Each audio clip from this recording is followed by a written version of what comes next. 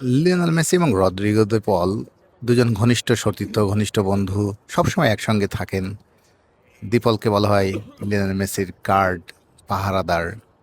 এই সম্পর্কটা আসলে দুজনের কবে থেকে শুরু জানেন? 8 বছর আগে দীপল যখন নতুন দলে আসেন, একটু তার সংশয় দ্বিধা ছিল লিওনেল মেসির মতো একটা বড় খেলোয়াড়ের সঙ্গে কীভাবে পরিচিত হবেন, কিভাবে কথা বলবেন।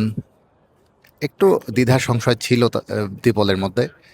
তারপরে দীপল একদিন ঝেড়ে বলে ফেললেন, একদিন টিম হোটেলে হঠাৎ করে লিওনেল মেসির সঙ্গে দেখা হতে বললেন কার্ড খেলবে, আর হাতে ছিল তার প্রিয় চা, মাতে।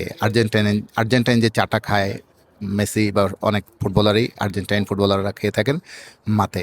সেই মাতে আর তাস, দীপলের ডাকে কার্ড খেলতেই বসে গেলেন।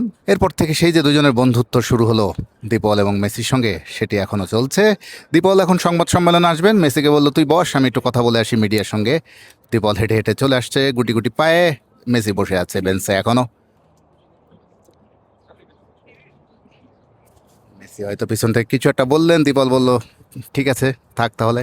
দীপল আবার একটু বলের কাছে গিয়ে একটা শট করলেন, বলটা আবার তাকিয়ে দেখলেন মেসি।